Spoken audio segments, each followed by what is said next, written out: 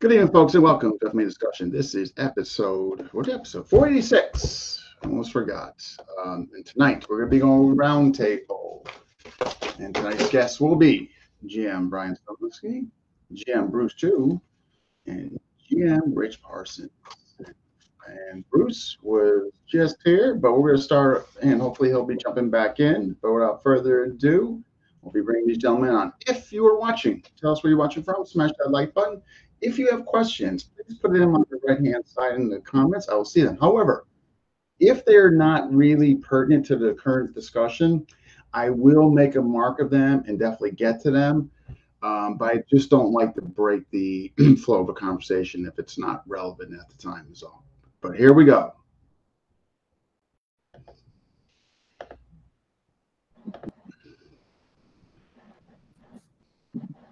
He was just here.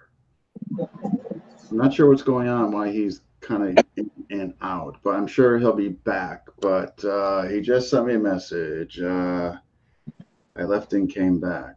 Okay. So, at any rate, so good test run yesterday. Folks are excited to see this.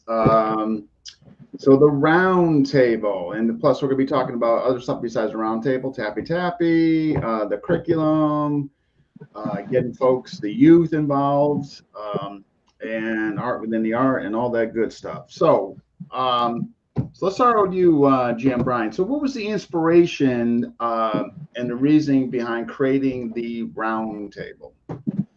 I will be very brief, but feel free to ask questions so I don't bore anybody. It really started coming out of COVID. I had been running camps since 2002, once a year, and for the first roughly 10 to 12 years, it was specifically only IMAF Masters of Tappy Tappy. I then said, you know what, there's quite a few other veteran modern Arnis instructors out there, so I went to the outside and started holding 2 camps a year, every 6 months, slightly shorter, but bringing in other seniors. And that went on about 10 or 12 years. That took us into COVID, and 10 or 12 years brings us up to now. But during COVID, I said, you know, I usually bring in one big name every 6 months. I'm going to try and bring in 2. And it just so happened to be, it was going to be Bram and Dan in October 2020. Well, COVID killed that. We immediately rebooked for 2021. But that now became the 20th anniversary of losing the professor, the 20-year celebration of the art of professor of modern Arnis. And something very interesting happened. Lots of phone calls and conversations started taking place. And what was supposed to be Bram and Dan turned into 6 people. And a little unnerving, if you could imagine, airfare and hotel for 6 instructors. And of course, you got to feed them, you know, but it worked out just fine. Something told me it would, and either I got lucky or it just worked out. But we had a great time. It was about 65 people in 2021. We called it the Tribute Camp. Here in Cromwell, I think, Dean, you were able to stop by for a short visit. I did, and it was, I mean, it was obviously being new to me, and but it's where I first saw Bruce and Chris there, of course. Met Ty for the first time, and some other folks, but yeah, it looked overwhelming. At the end of the camp, it wasn't a matter of, are we holding another one? People were saying, when are we holding another one? Okay. So I said, why don't we look at every other year, something big? So we did I decided to do every other year, but the tribute camp was kind of a milestone marker. So I switched the name to Legacy Camp in spirit of Professor Presas and modern Arnis. So 2 years went by very quickly. I invited the same 6 back, plus 1 or 2 more. That was a bit much, but not in a bad way. But I'm sharing this with you because there was even that much more communication leading up to the camp. We had a Q&A panel of 10 or 11 people. I don't even remember the exact number. lots of communication, and some of the instructors, all first generation, long-term veterans of modern Arnis under the professor. A couple of them had not actually had met each other at that point.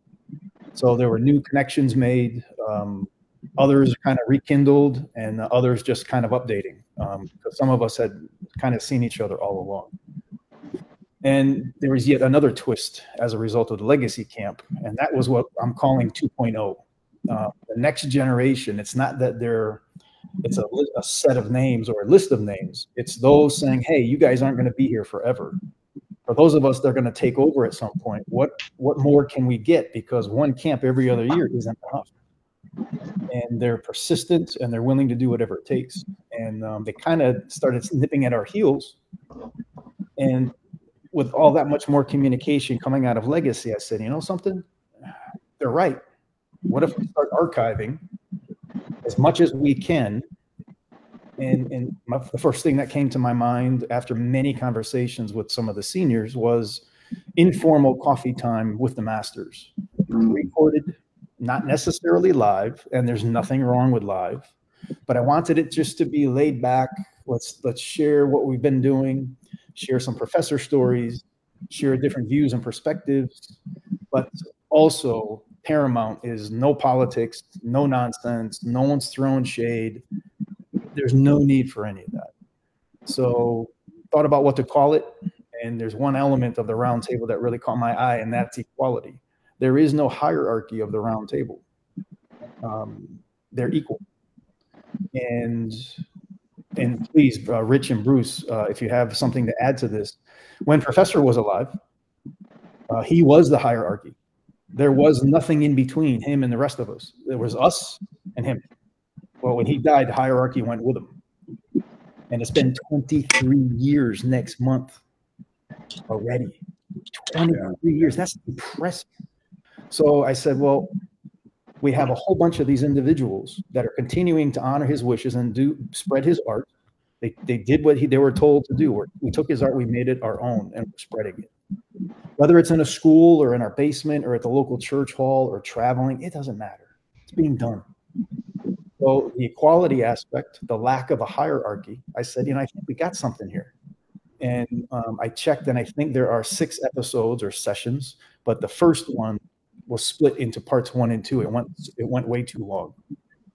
I kind of wanted to keep them to about an hour. So I believe there are 6 sessions on the YouTube channel. There's 2 more in the shoot being released, one this month at the end of the month and one next month. But the inspiration of it was really those up and comers saying, hey, this is amazing every other year event, but it's not enough. We need more resources and we need more access to you guys. And you know what? They made for a really good debate, but there was no debate. They're right. So since then, there's a lot more chatter, and we're looking at establishing either a website or I want to shy away from the word organization. I don't think that's necessary. We have, let's just pick a number, 12 or 15 people all doing their thing. They've been doing this for years now. Professor's been going 23 years. They need to keep doing the same thing they've been doing all along, but maybe in a more public way, we can start coming together a little more obviously, and maybe looking at establishing a basic curriculum. However, I think it should be absent of rank, because that's where people start butting heads. Maybe we come up with some of the old testing sheets, and we put together a rough curriculum. So if somebody's interested in modern Arnis and they're training out in Michigan with Rich, or down in Florida with Bruce, or out in Oregon with Dan, or over up here in the Northeast with myself, there might be a somewhat commonality in terms of a curriculum, completely voluntary. But we're looking at doing additional things, keeping the up and coming generation in mind, support them. Maybe having some of the seniors doing whether it's a technique of the week. I mean, that actually sounds kind of corny, but it's a very common thing, and there's nothing wrong with that. I don't think that's corny at all. Not to interrupt you, because there's a lot here.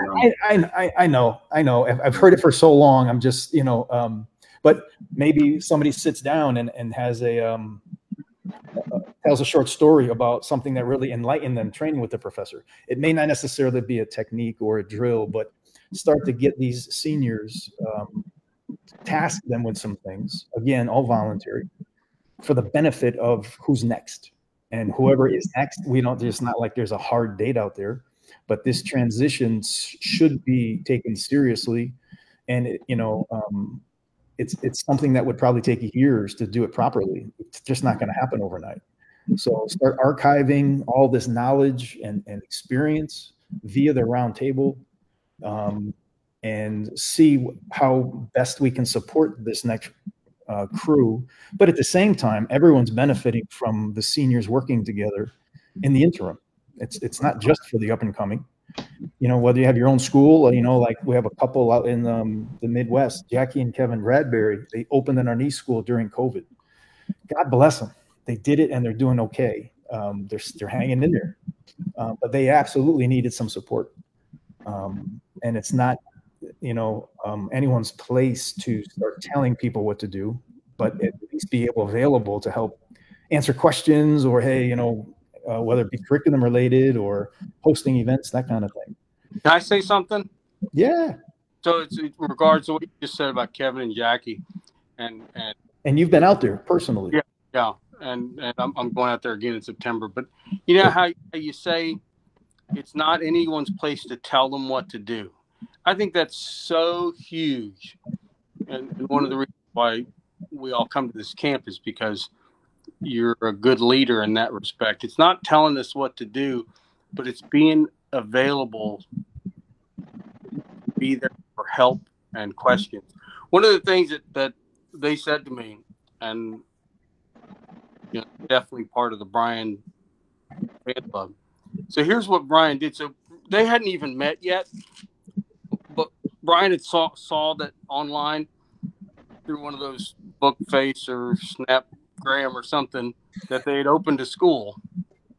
He sent them a case of books and said, "Here, I hope this helps. Let me know if there's anything I can do to help you be up and running." Hadn't even met him yet. Here's one of the highest ranking dudes in our thing, just reaching out saying, "Hey, here's a helping hand." Not a hand up, but not a handout, but a helping hand. And that speaks volumes of what he's trying to do. And I think that's huge. Yeah. No, absolutely. Rich, anything you wanted to add before? Because I got a bunch of, I'm going to piggyback on what Brian said, but Rich? No, quickly move on. I'm good. Okay. The technique, there's a bunch of stuff here, but I would, here's, again, mind you, I don't have a dog in this fight. I'm simply relaying to you after doing, I think it's in easily 20 episodes. I'm probably being conservative as far as what I've covered in Marner and Nace.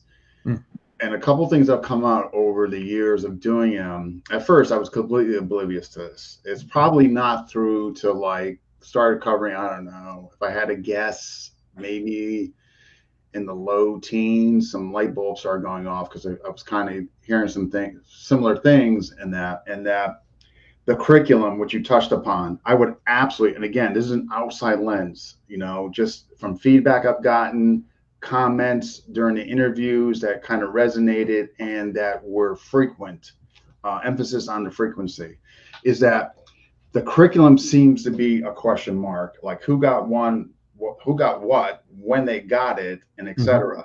So I think it would behoove you guys absolutely to meet, get folks on board, and come up with something that's, lack of a better word, universal. You know what I mean? And again, I can't stress enough, just from observation point of view, just frequency and things that just consistently come up as far as question marks and that. As far as the technique of the week, I would absolutely do that. So I just formed my own branch of Western Environment Methods, and we do that. We have a private group, and we run a technique of the week, and the new students, they love it. So I don't think it's corny at all. I think you guys should definitely do it. I just want to give a quick mention here, some folks that are just say hello, so I don't liking my duties here. We got Christopher Callahan, Andrew Goodwin, Chris Chiu. Who's that guy? We got the nephew, Paradel Princess. We got Chad Bailey. We got Chris Lent, and Andres from New Jersey. All right, I am caught up. So what say you guys on Rich? Anything on that? I don't want to leave you out. So anything on what I just mentioned, and then we'll swing around. Yeah, I think there's going to be a high convergence, anyways, for the different curriculums. The terms or the phrases might be different, but the variations of the techniques will be similar. There might be some variations in entry points or finishers, but the meat will still be there. Some might call it X, some might call it Y, but when they go, oh yeah, I know it by this name, and that's usually how it goes. So getting that convergence or that mapping sheet out there might be beneficial so that people. It's like in KI. Some, what I'm thinking here as far as, okay, like variations of like the hanging step, or things might be called a different name, but it's the same thing. I think you're going to have that, based on factions and, and dialect, or who would like the term better than the other term. You know what I mean? I think that's going to be taken into account. All right. Right. Remy or the person showing it might have said 3 words, but 3D people took each word home, one of each of those 3. Mm-hmm. And so therefore they didn't get all 3. So it's easily understood. Yeah. I just think it would behoove you guys, again, like I was mentioning when I was kind of concluding the test run last night. Again, I know very little about Arnis. I mean, just by virtue of the shows, I could tell you what single Sinawali appears to look like. I could tell you some things that hardly constitutes me being a competent practitioner of Arnis, there. But I will say, though, I'm fascinated by this gray area. I don't know why, but it's fascination to the point where, like, I want to see you guys do this, and for the youth, you know what I mean, the up and coming. And I think, have you guys considered for the roundtable bringing in the younger folks and hearing them to like what they want or what would help them? Has that been a consideration?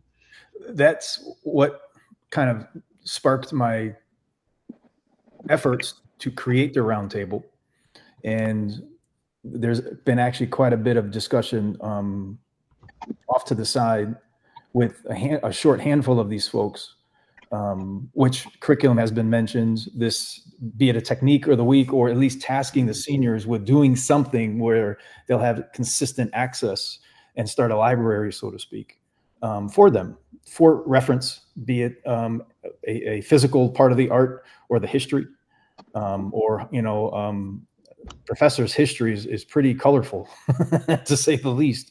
Being exiled out of the Philippines, the government literally boarded the plane and grabbed somebody else while he was on the plane to leave for the final time, and he thought that was it. It was over. Yeah, but they grabbed a different guy. Oh my God! Plane, it was close. The plane was rolling, Dean. The plane was rolling for takeoff, and it stopped. The government guys got on the plane. Yeah, they rolled up the stairs. Yeah. You can't make this stuff up. No. Here's a question for so yes, Dean, there's actually been quite a bit of dialogue, and it's kind of cool because, I also threw it at them, and I said, I think several of you should more or less come together and create your own board, so to speak, so that there is a direct conduit and a common voice, so that we can help you if you organize it a little bit, we might be able to help you a little bit more. You can always have a board of seniors, but this is really your thing pushing forward. and by all means, your voice needs to be heard. And I said, I really don't think that's going to be a problem, because things are a lot different than when Rich started or when Bruce started or when I started, compared to taking over someday, say in another, whatever, 5-10 years. So I said, by all means, keep speaking up. And I said, I know you're not going to be ignored. But the round table really was a response to these guys kind of starting to make good waves and stomp their feet. And it's really interesting to see some of the ideas that are coming out of the round table.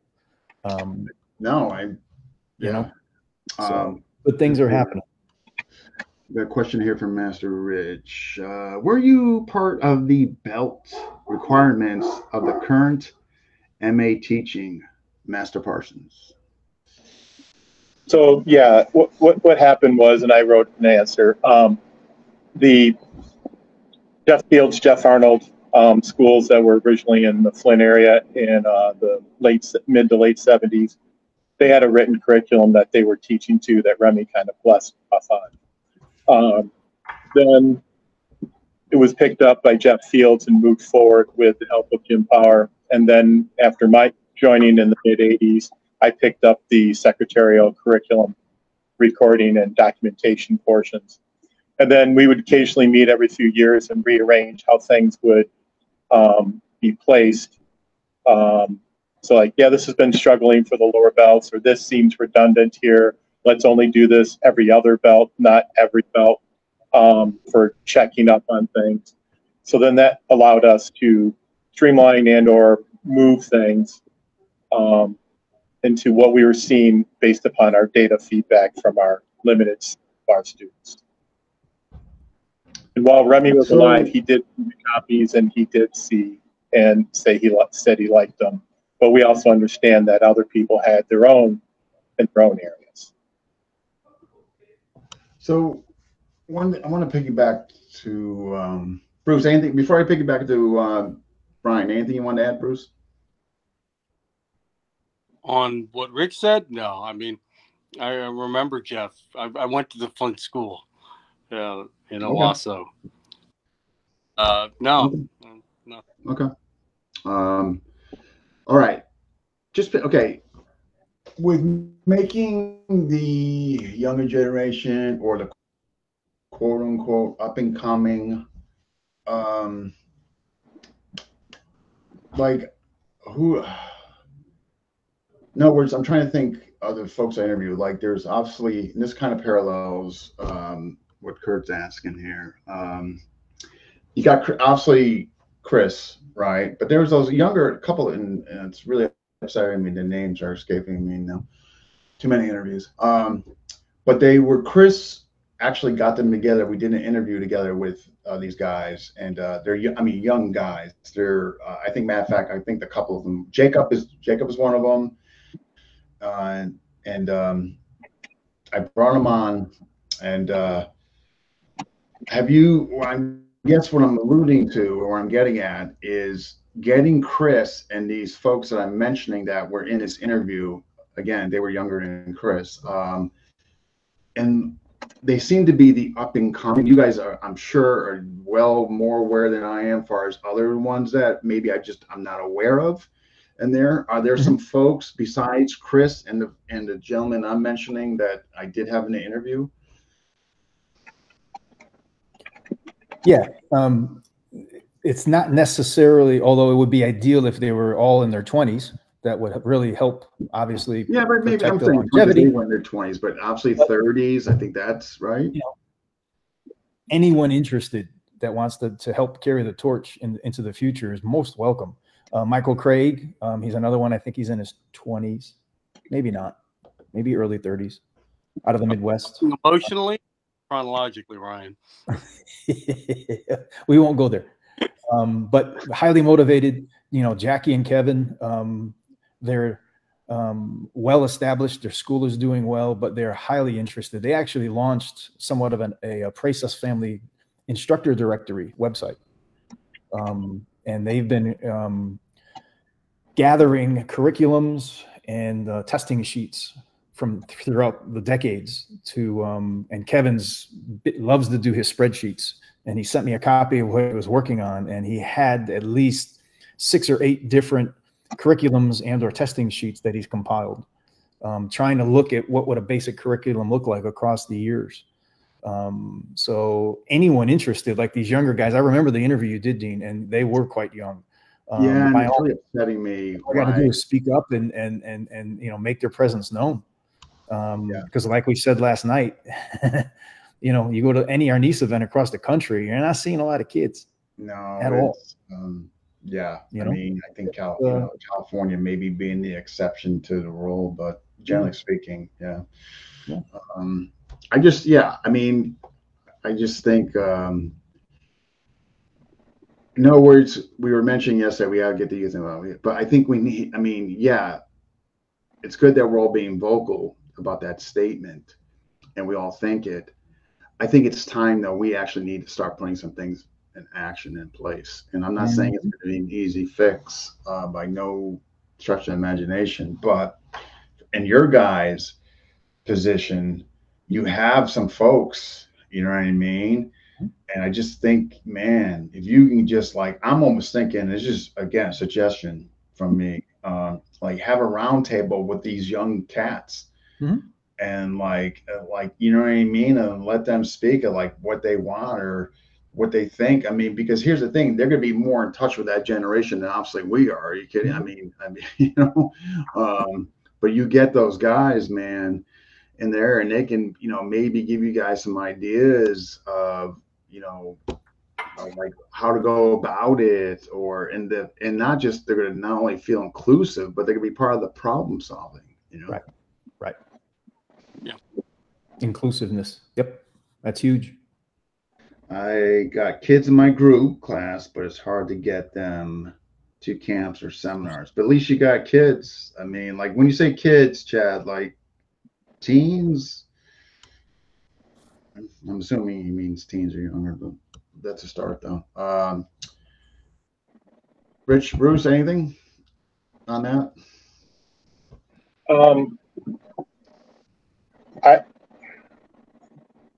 So it takes a few years to get a good base. Then it takes a few more years of commitment to get to the next level. Understanding, intuitiveness, and training. I'm not sure if the next gen leaders, the ones who will be there, have actually started yet. Interesting. What do you expand on that? Well, I mean, they could start tomorrow. They could start in 5 years from now. And assuming that, G and Brian or myself, who might be in our 50s, we still might be around for another 20 years actively teaching, right? So that person might be someone who starts in the near future. That's a great point. Great point.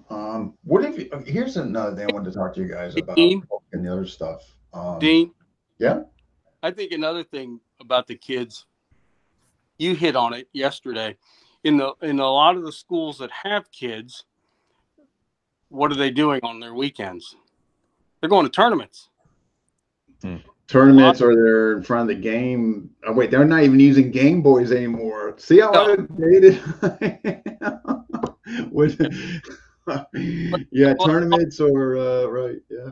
A lot of the karate school kids are doing tournaments. Like you said, I think it would be good if we had some sort of competitive aspect regionally. Start regionally, and then you're absolutely right on that. That is a big piece of this puzzle. Something for them to work towards. My son he loves competing in BJJ.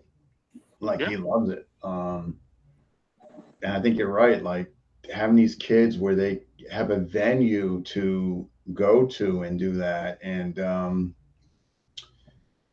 we got, my brain's turning now, how to maybe use FMA discussion as a vehicle to get something going like this.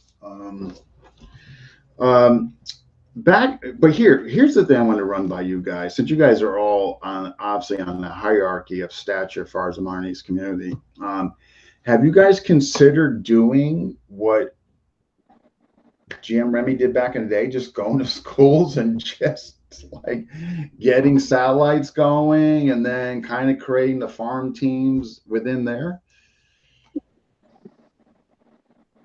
I've tried. I mean, I go seminars all over trying to do that.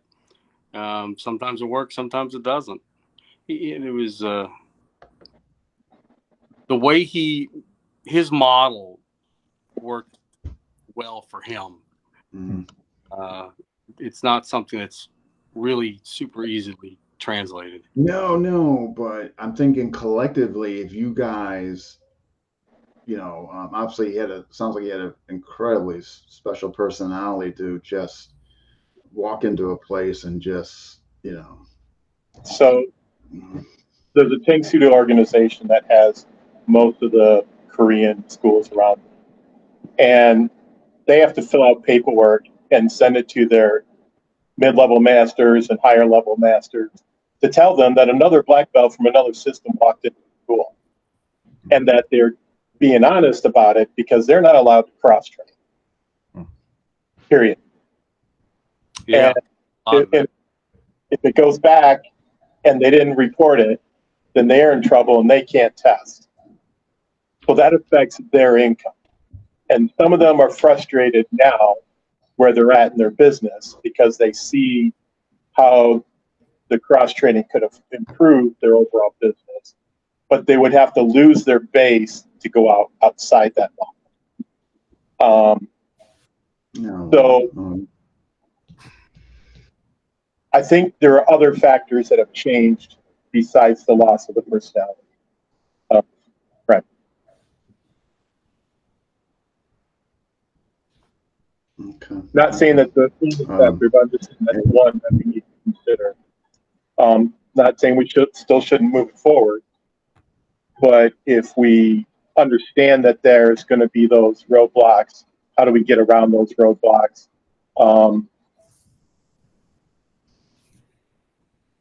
I'm just thinking, you guys have this you got this round table, and you're getting these figures in here, and then hopefully you'll have a round table with these younger guys, and I think that's a good start. You know what I mean? Like, listen to them.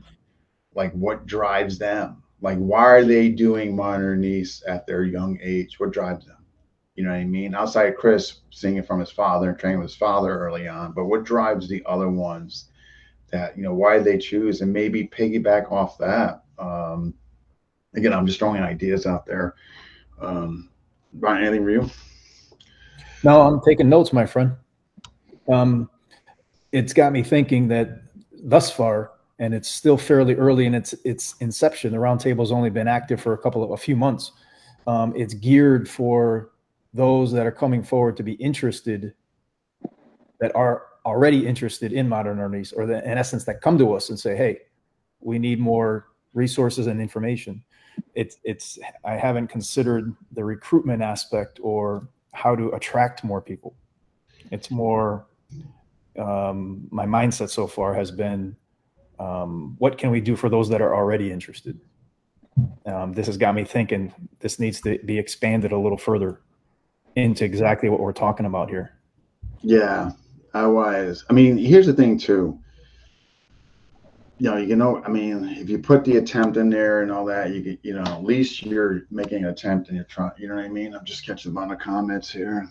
Oh yeah, we definitely need to make the attempt, and I think we need to make multiple attempts and find out what works and adjust it forward. Yeah, right. And I think you need to have, in other words, like, I'm going to use maybe not the best analogy. Like, I'm coming up with this women's self-defense program, reverse engineered off like a bunch of systems, so to speak, because I think the current industry just needs some help. But the more important thing I'm doing, though, I'm getting input from women, because they need to be part of the equation. Like, who the hell are we to tell them what they should and shouldn't do, right, all the time? But I'm only bringing this up, which is completely not what we're talking. But for the kids' sake, make them inclusive. You know what I mean? In the solutions or how to go about it. And I think they would get a kick out of being inclusive. You know what I mean? Chris, what were those? Chris, If you're still here, there was Jacob, and who was the other gentleman? We had like 3 besides you, I think. I think Noah. There's somebody named Noah. Noah was one of them. Absolutely, it was Noah and Jacob, but I thought there was somebody else as well. But thank you on that. It was Noah. Yes. I'm just all right. I'm caught up on the comments. I'm just making sure I'm not missing any questions. All right, pad 6. Yeah, pull nose, all above. Let's see what's Jeff saying. Padded knife sparring for kids. I can see the pad stick. I avoid knife for kids, but but I want to make sure I'm not misquoting you, Jeff. If I am, my apologies. Let me see. Oh, Christian, yes, Christian, Noah, and Jacob, like those 4 right there. Mm. You know what I mean? I get them, and I think that would be, I think that would be great. But going back to, I'm just re-looking at Jeff's comment. I just want to make sure I'm not misconstruing something here. He might have meant for the adults, and then there's a suggestion for the kids hosting. Yeah, demos, classes after school, at their school, divisions in the tournaments. Yeah, absolutely. Let me just post this. This is some suggestions by Jeff, which are pretty good. Awesome. All right. I think I'm caught up.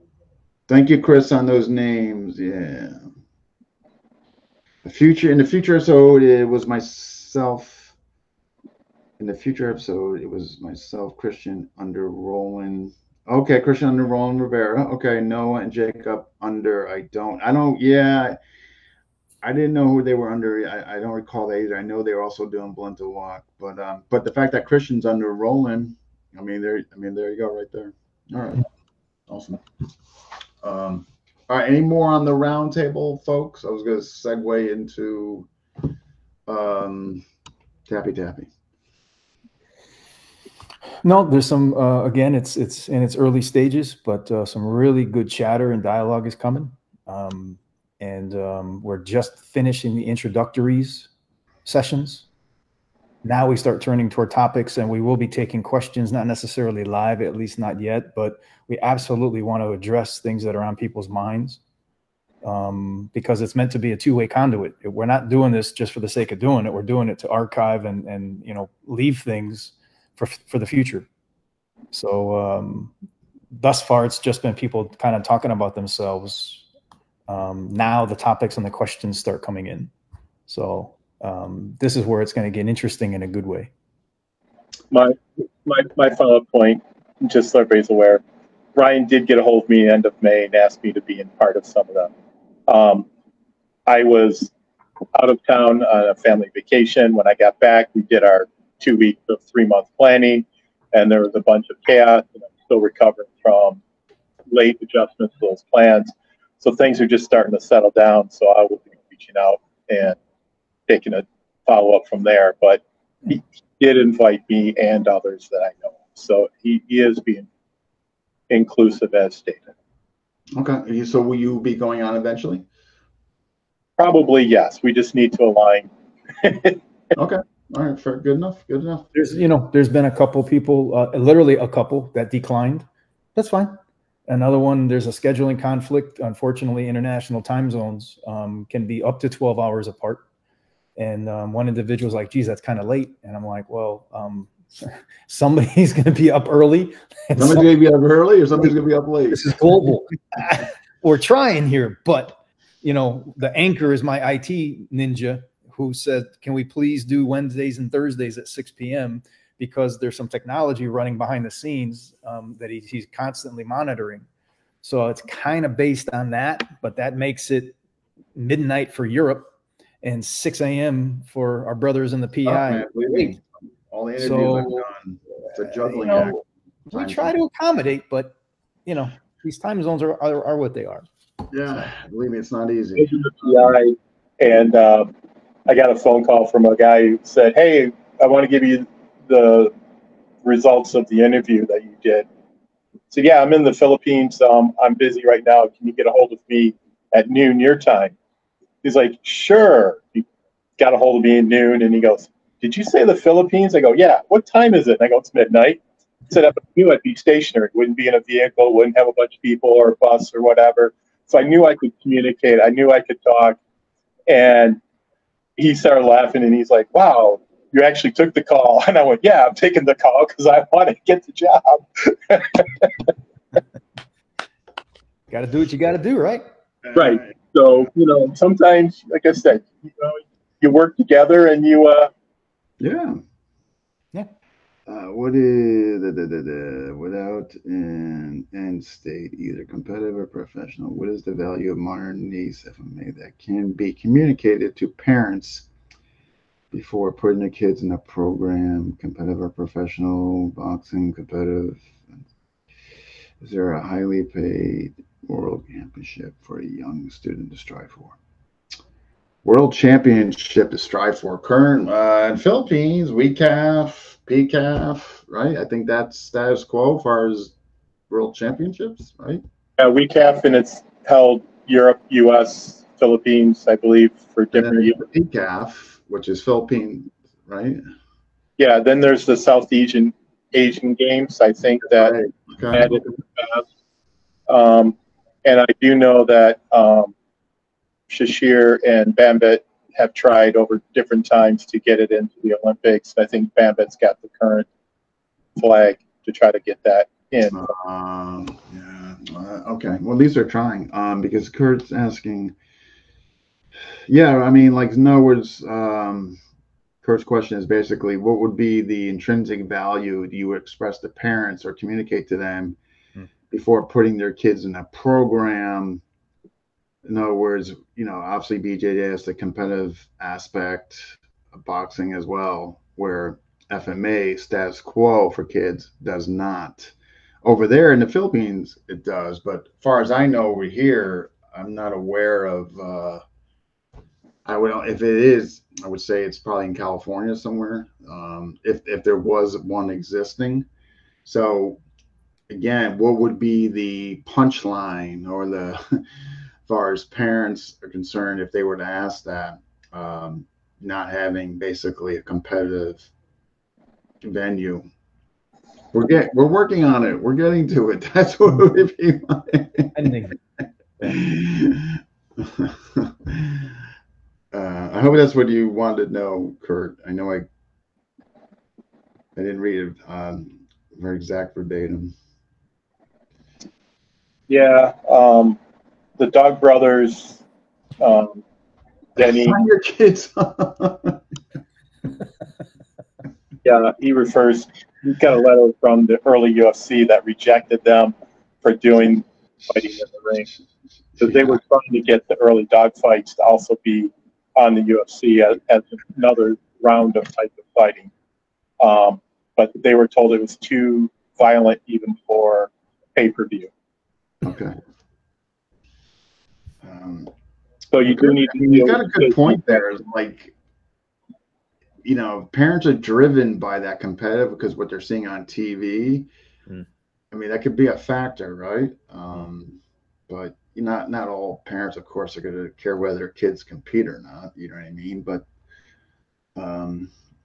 there are some. I'm just catching up on comments, guys.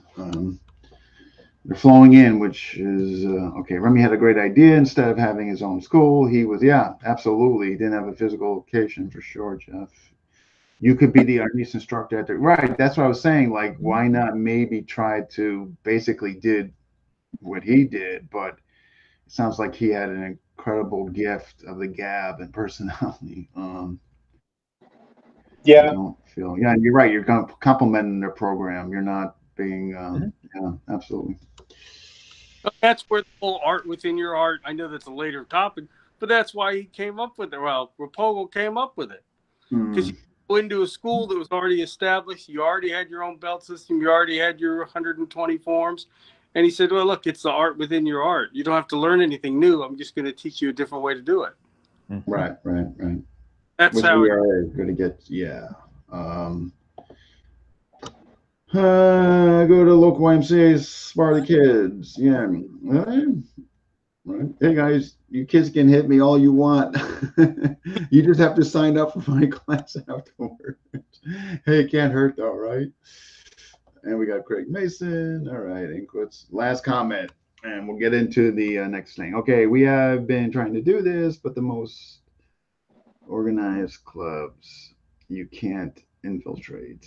Well, you just don't bother with them.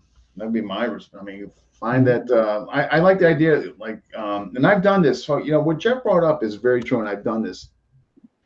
I haven't done it recently because I've just been so busy. But basically, being a secondary tertiary program, I went to this Kempo school, Torrington Family Kempo, and I was teaching stick out of there for 4 years, and life just was getting the best of me. But it can be done if you're complementing their existing program. It's easy to do. It helps to know the person that owns the school, which in my case I did. So that of course helps. Yeah. So on 2 points to that. One school reached out to me and said they wanted to bring me in to replace an FMA instructor that they was moving out of state. So I went and talked with them because he didn't want to talk about it on the phone. And in the end, I was going to be like the 5th program or 6th program. So all the black belts got to train for free.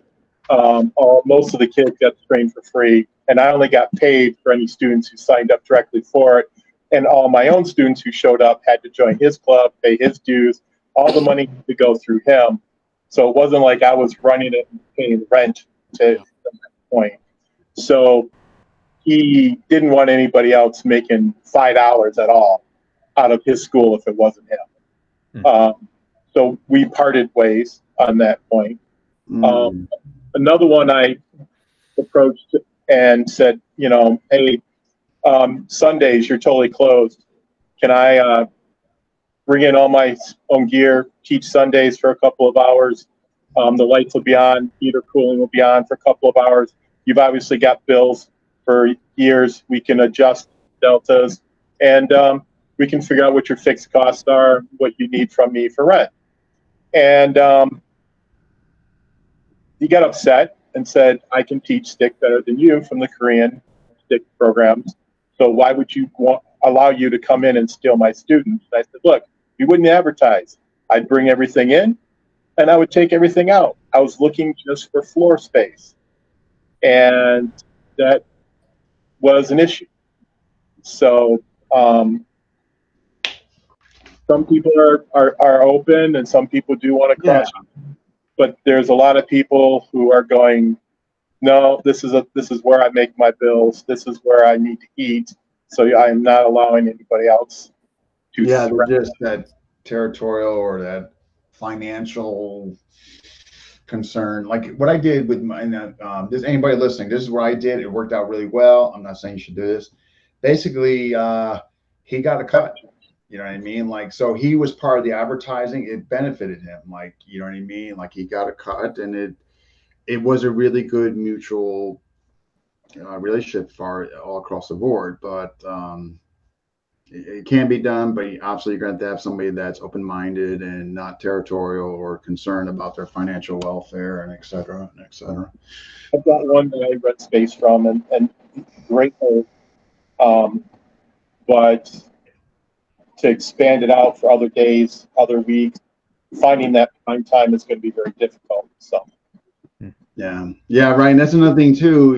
When you're doing it, don't think you got to get the cream of the crop schedule. And so, luckily, I was very fortunate. He took Mondays off and didn't teach, so I got Mondays. But again, it just happened to work out well. But Renee is saying, "Stay the hell out of Toronto." I think there's a guy up there that likes to headbutt people in the chat, but I don't know what he's talking about. Hey, Renee, I'm coming up there next. I want to go back up there. I owe him a headbutt, man.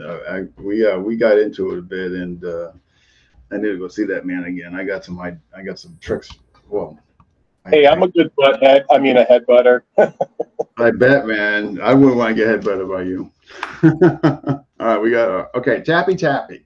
All right, so obviously I was incorrect. What I thought was kind of replace single six and a Wally was actually, if I remember correctly from yesterday, was more of a complementary or continuation thereof. Is that fair, or am I still off? Yeah, Singleton Wally was used in the semi-sparring drill that was used in the 70s and 80s as the entry basic pattern single stick. And then they taught you how to break in with your either your broken strikes or your sweep strikes. But the point with Tappy Tappy was it took away the downstroke. And that allowed it to change the dynamics and isolate it to just the upper body. So therefore, it was easier to get people to start flowing better, as Remy would say, from my observation. Brian? The translation of Tappy Tappy from the professor was counter for counter. When I got to meet with the late Cristino Vasquez in 2006 in the Philippines, I waited about 3 days before I even started talking to anybody because I just wanted to soak it all in and just, you know, kind of let them feel everybody out. When after 3 or 4 days, the elders of the group invited me to lunch, and then I got the third degree, which was kind of cool because I almost felt like I was sitting down with one of my first girlfriends at Sunday dinner and getting grilled by the uncle and the slightly grandparents and the whole night, right? And that's when I started throwing out a few questions. And one of them was, okay, guys, what's this Tappy Tappy thing mean to you over here? Yeah. And he said, according to the late Cristino Vasquez, which was Professor's cousin that lived right across the street from the Presas household, he said, Professor coined the phrase Tappy Tappy. Tappy in Tagalog means tap or touch, contact. Professor linked the two together to create, in essence, what we also used to call decadena, of chains. It starts a chain reaction, which when you put that together with Professor translating it to mean counter for counter, well, it kind of starts to make sense, even though it's kind of a little bit of two different principles coming together. But it was a series of contacts. It doesn't matter who started it, whether you baited somebody or you initiated it or they initiated, and you counter, and it became counter for counter. And I had spoken with several people over the years that were well-versed in Tabuada Balintawak and modern Arnis, who had spent years in both. And I said, what's the difference between the two? And he said, simple. Professor Presas took Balintawak and expanded the zone and the range to fit everything else in, to include the locking, empty hand to empty hand to stick, stick to stick, the throws, the takedowns. Our ground fighting is primitive. It's nothing like BJJ, not even close. But he needed to make a little more room to fit everything else in. And with Professor, and I'm sure Bruce and Rich will chime in here, everything had to flow. Everything had to link or fit into or become part of the flow. And you ask yourself, well, how the heck can you get into, say, single Sinawali and then into block check and counter? Over to the left side, stay in the right side, doesn't matter. And then start adding these locks and keep it flowing. It was mind-boggling, but it can be done. We've since figured it out, but it took forever, especially once we lost them. But for him, everything had to be part of the flow. And countering was everything to him. Everything. He didn't want to be countered. You know, and I asked him one time, I said, Professor, we don't see your power right away very often. And a lot of times, if he didn't want to answer the question, he just will look at you. And he wouldn't answer, you know. And I kept at him one time, and I said, Professor, you hold back, you don't swing for power right away. He said, no, because if I swing for power right away, I may be countered. But if I distract them with the empty hand, he said, I beat everybody because they're worried about my stick hand. They're not worried about my empty hand. And he said, that's when they get in trouble. Yep. You know, and he would save his power stroke for second, third, or fourth. He didn't believe using the power stroke right away was a smart thing to do, in case they were ready for him. So between deceiving or distracting with the empty hand, throwing 1 or 2 strikes. Then he put the heat on it. It makes sense. So, no, absolutely. I know. Well, before I get back, Bruce, anything you want to add? Well, the other thing about Tappy Tappy, if we go back to what Professor's business was, his livelihood was doing seminars. And anybody who's seen him do it can testify to the dynamic beauty of his flow and the electricity that he created in a crowd. Mm-hmm. That's the other reason he did it that way. He was already doing it with us, but he changed the name. He really wanted it to be electrifying for an audience so that they would keep coming. That was how he made his living. Mm-hmm. It was spectacular to watch. It was a little frightening. Brian and Rich will tell you when you're on his end and he just gets that look in his eye, especially if there's new people in the audience, he's going to take you to school. And Woody would snort. Oh my God. But I mean, that was the other thing that people forget. I mean, yes, he did all this stuff and there was a lot of need, but he was also making his livelihood. Oh, yeah. He traveled the world, Yep. sharing his art, and he made it look amazing. Mm-hmm. And I think that's the other part. I mean, and he was on, Brian was he was all about counter. He wanted to counter your counter. Mm-hmm. And he would bait you. He would make you throw the strike to counter him. Mm-hmm. That's the only thing you could do. But then he was just going to counter it. He once countered me with a bed in a hotel room.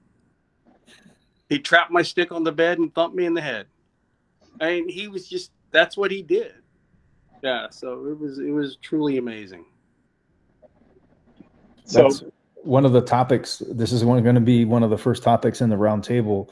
And one of my first questions for my peers is going to be, when did you first see the Tappy Tappy?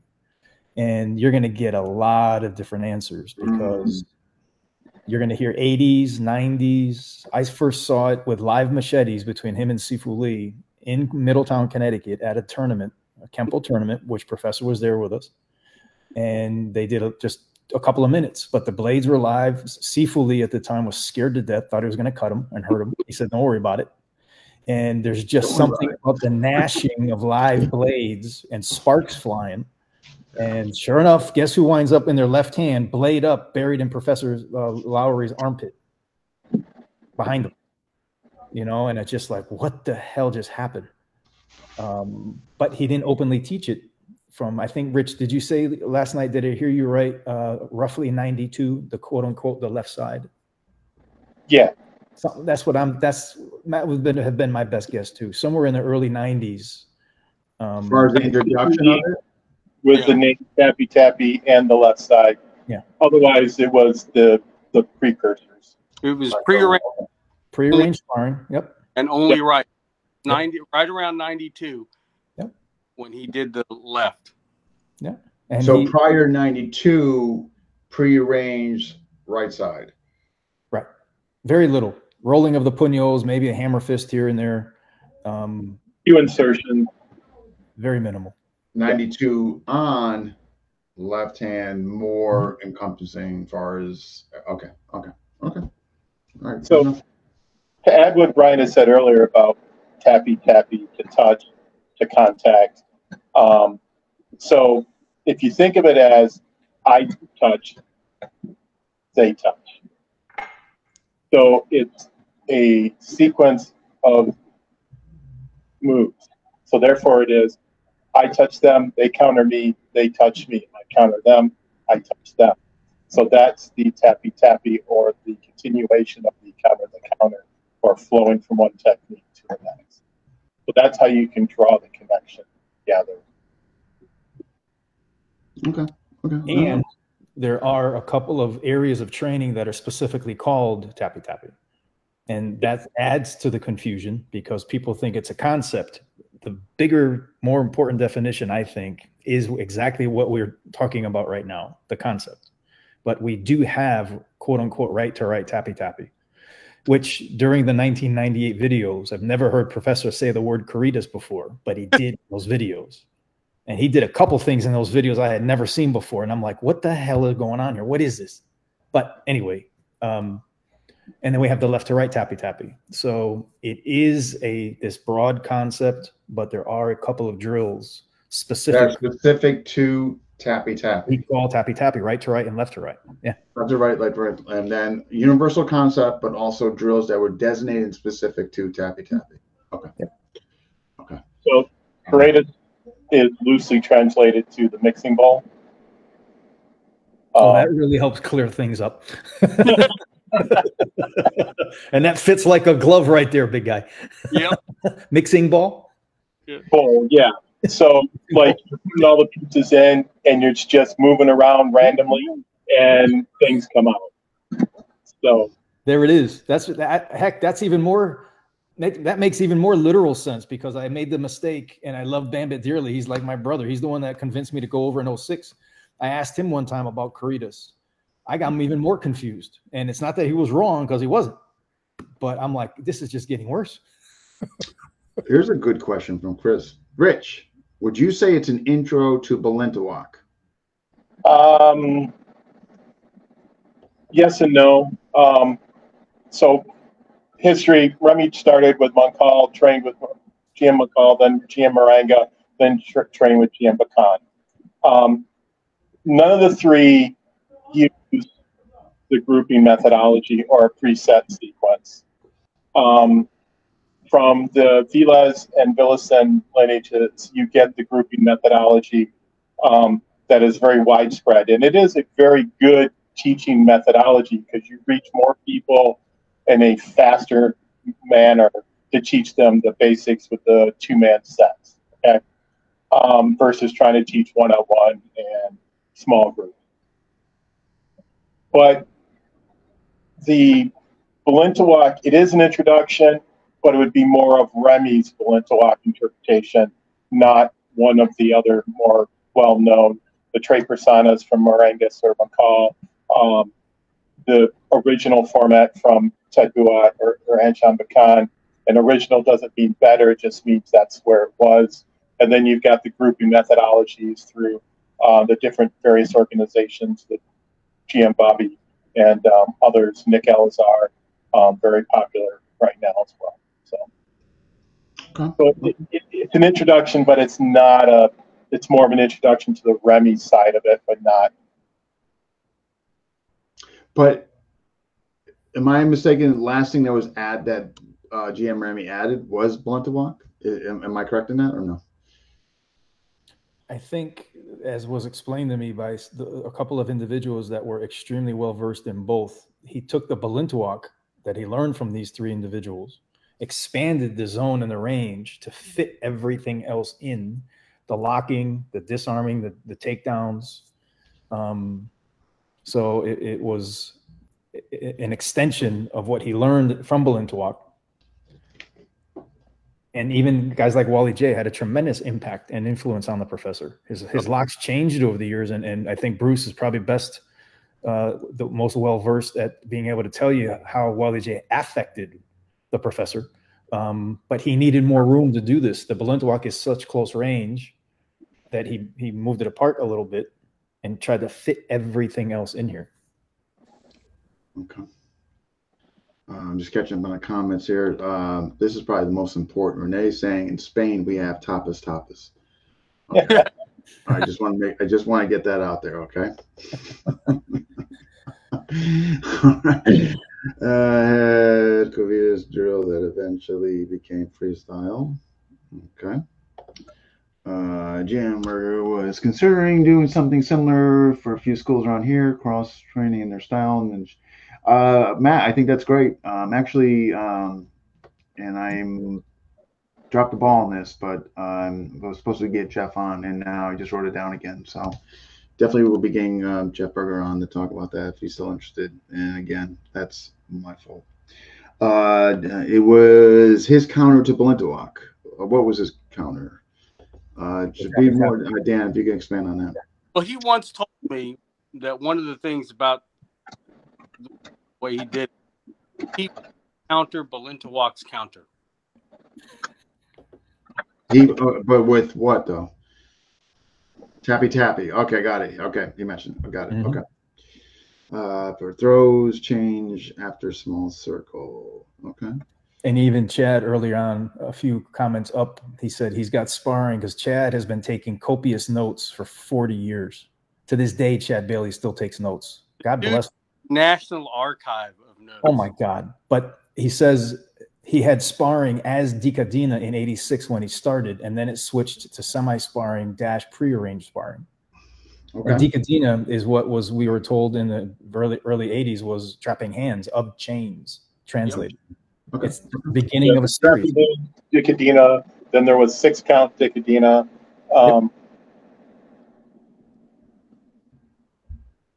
Okay, everything you guys are mentioning here, as far as like the evolution of Dekadana, Singasonawali, Tappy Tappy, Tappy Tappy, not just a concept, but more drill after 92, left involved, more comprehensive, it sounds like, if I'm not mistaken. Mm-hmm. Is this what you guys would like? Would this all be relevant as far as if you guys were to get together as far as a curriculum per se? Would this all be inclusive? I think it should be. Absolutely. It's part of it. But is it, okay, so my next question is it across the board geographically, let's say for states, or is that too difficult of a question because who knows? Depends on who you ask. Right. You got to realize this guy never stopped moving. He traveled 40+ weekends. No, I know. And I think that's, yeah. Even, when you look at some of the seniors, some of them started, some of the masters of Tappy Tappy started in 92-ish. Half of us started in the 80s. So we had 10 years of basics, but they came in when the left side was being released. So their experience was much different. But Bruce traveled quite a bit over the years with the professor. I traveled more Eastern U.S. So yeah, it really depends on who you ask and when they were involved. When they were involved. Okay, when he passed, let's just say he had some lone wolves. In other words, they brought Remy out. Maybe it wasn't extreme frequency. Maybe nowhere's the time spent like with you guys. You know what I mean? What are they teaching?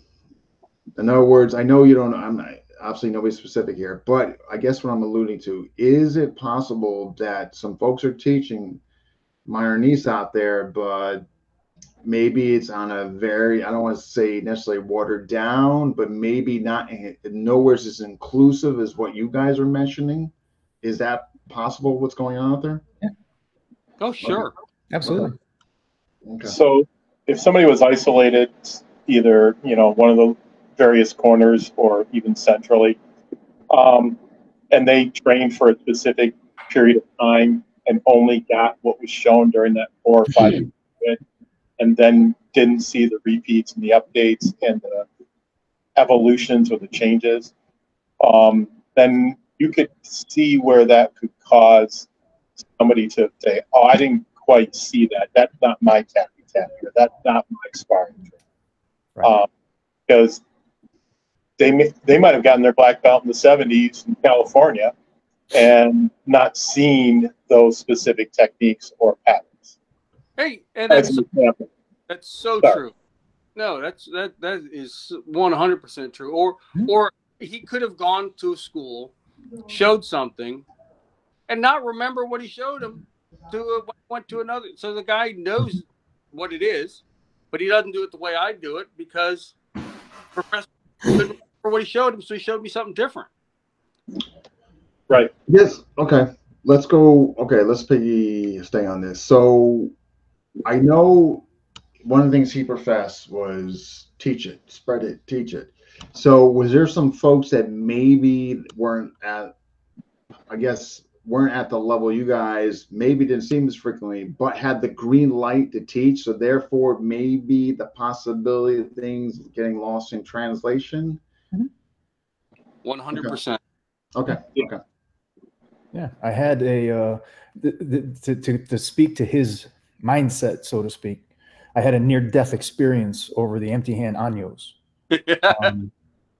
I started I have a book that I'm going to be handing over to Chris. I'm not going to say when, but it's signed by the professor, June 14, 1982. That was his second visit that I remember to Connecticut. I don't remember when the first one was. So my best guess is I clearly started before June 14, 1982, but I don't remember the date of the first seminar that I went to.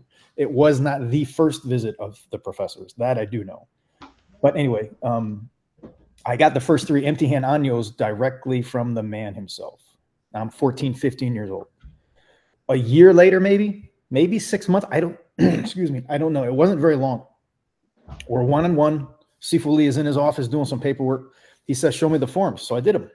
He got pissed. He didn't like them. That is not right. Now I'm 14, 15. It's clearly monkey see, monkey do at this point because I don't know any better. I'm not going to change these forms.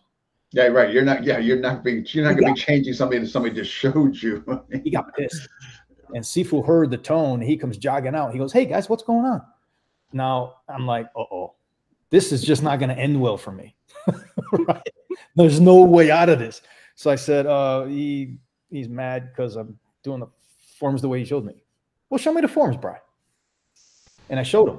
He goes, hey, Brian, you know what? Go upstairs. I'll catch up with you later. Man, I ran out of there like I'm being chased by the cops. And a couple days go by. Professor leaves, goes on to the next seminar.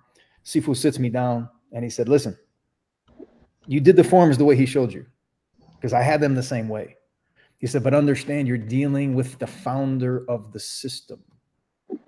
He can do whatever he wants, whenever he wants.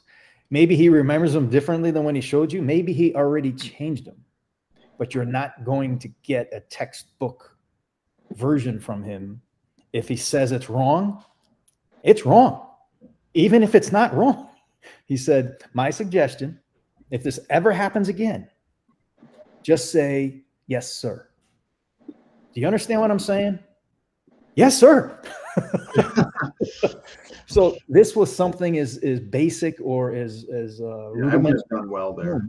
And yet, did they change? Did they change in his head? Did he change the forms? Did he change his mind? Who the hell knows? But here's the thing, though. Out over 20 years. Yeah. In his defense, who knows?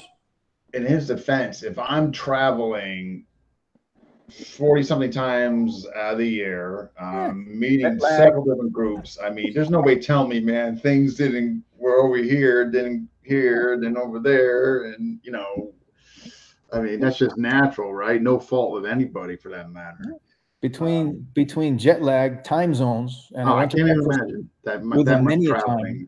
I can't stand traveling. Like after a few, I'm like, so, and he was doing this. Yeah. I mean, literally like a years. John. And I've seen him line up his prescription bottles. At one point, there were 4 or 5 bottles lined up at the breakfast table. Yeah.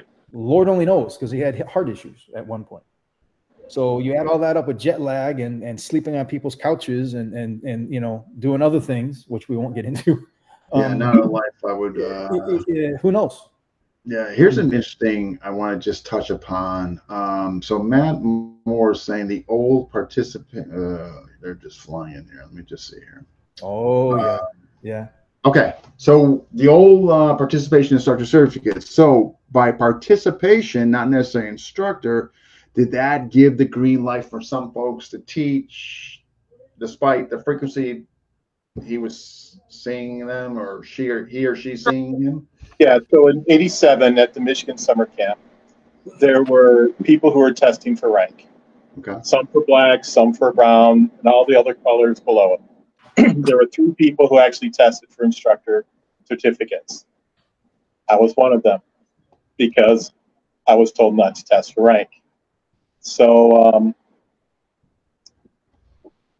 it's in my folder in my fireproof cabinet where all my other major certificates are.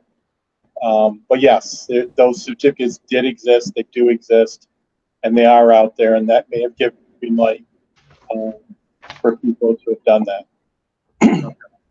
Now, go ahead. Sorry, go ahead, Rich. I was going to say, the '87 camp. So I drove Remy there from Flint. He was in town just, the week before.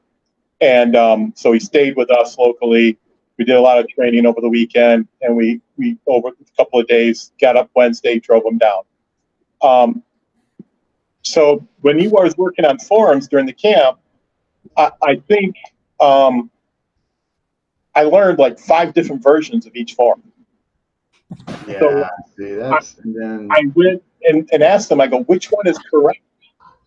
And you know what he told me? He goes, all of them. And I said, what? He goes, look, in this one, can you step backwards? And he puts my back against the wall. And I went, no. He goes, okay, so how are you going to do the form now? And then he puts me in the corner and he goes, are you going to turn right? No. Okay, Are you going to do the form? And so he's like, you need to understand how to do the form. And I said, okay. And I just went off and said, this is going to be difficult. And later I got it, but I respect what he was trying to teach at the time. where you might be. Okay. Yeah. So from curriculum point of view, you need an absolute.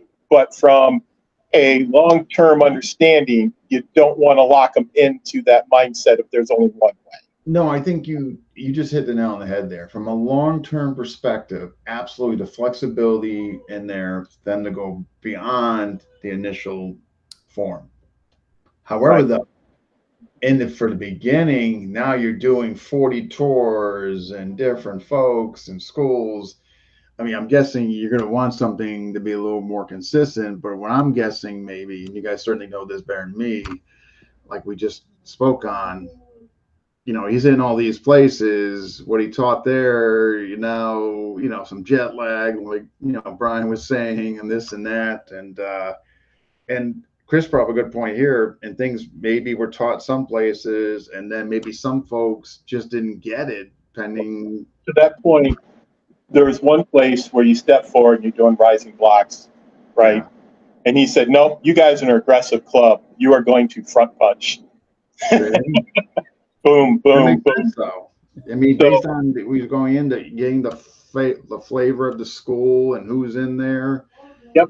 I mean, right? We've all done that, right? I mean, hey, Brandon, what Brandon's here? That'd be one Brandon Ricketts. All right. I think one of the other things that's important to differentiate is Professor didn't have a lot of students. He had a lot of participants.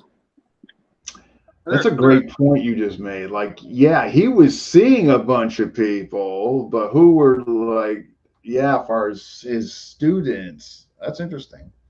Because there are some that maybe only saw him twice a year for 50 years.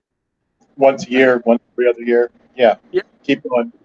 He had thousands of participants. And a lot of he would tell them, you must teach. Yeah. I know I'm not going to see you ever again, but go teach. Yeah. I'm just kidding. Spread that art and spread the love of his art. Yeah. And, I think conceptually it was a great thing he did spreading. I really do. I have incredible admiration for him and the way you guys speak on him and how profound. I really, really do. Matter of fact, of all the interviews I've done, I don't know if there's been folks that speak just so highly of their instructor like I hear from the Modern East guys. It's profound. But I could definitely see kind of, what has gone on through these decades of which we talked about, frequency, who he saw, how many times he saw you, well, depending on the group, what did he give you and all that. We're now today, there's some gray and all that. But I think hopefully you guys collectively can, for the younger folks, resolve that. But we got a question in here from one Chris. And his question is, he's saying it's a strange question, but all right. Do you all think, oh my God, the comments are just, man, I just lost. All right. Do you all think the professor would think of the state of Mount Arnis as it is? And what would he think of the more recent exposures of FMA? Is that my son's question? That is your son's question. I'm going to slap him.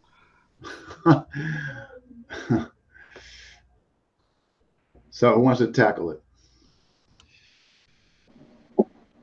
State of modern Arnis and what he would think of the more recent Interesting. exposures of FMA. I'm not sure what he's leaning So, towards. I'll go first, and I'll acknowledge Mike's post there. Yes, he would be happy about people making it their own and people teaching it and moving forward. Some of the childish behaviors, I think, yes, he would be disappointed in, but I also think Remy had a long history of people taking advantage of him from different times from the Philippines to the U.S. And so he could understand why people may not want to work with everybody. He may not be happy about it, but I don't think he would be that sad about it. He would be more understanding than people might respect. I think he knew his events were always very well attended. I mean, he drew very big numbers. I think the record, Rich, correct me if I'm wrong, the biggest Michigan camp was the biggest camp ever, and it was 135 or 136 bodies. Yeah, I believe so. That's wow. Okay. Yeah. And if you count big threes, there was one in Jacksonville that had 270. There you go. Big threes, yes. Big threes could be bigger, yes. Yep. But knowing he was going to have more than enough of followers, he didn't seem to really sweat. Because I asked him one time, I said, Professor, this one or that one, I says, they're not exactly helping the matters. I'm trying to word things nicely here. And he says, it's okay. He goes, there are still plenty left. We will teach the ones that want to learn. And the other ones can go with that guy. And he just kept stepping. And he knew he was going to keep drawing the attention and the numbers. And he encouraged many people to go out and teach. It was at any one point in time, that varied so often, depending on who they were, how old they were, did they have a school. He's going to look at you a little different if you own 4 schools versus if you're running a martial arts club. And you're going to see him once a year, right? I mean, once a year, right? And understood. He wanted to spread that art no matter what, and he did. He literally said he wanted to make it the martial art of the world. Dean, I asked him one time why he didn't have a school. You know what he told me? What's that? He said that would limit the number of people I can touch. Well, he wasn't wrong there. Mm-hmm. Right? I mean, think about it. I think what he did was genius. I mean, for that time, I think he set the standard, the model, how to spread something, incredibly wide and create a following. I think he's the template, right? I think, for sure. I think what he did was absolutely incredible, and I never understood to the magnitude of what he did until I started doing these interviews. I always heard about him, but it doesn't mean I understood what he accomplished hardly until I started hearing from you, guys like yourself, and what he accomplished. And again, I think he's the metric. Just absolutely. Just thinking about it is exhausting. Just how many times a year or the weekends he was. Mm-hmm. Yeah. I couldn't do it. But at any rate, okay. Oh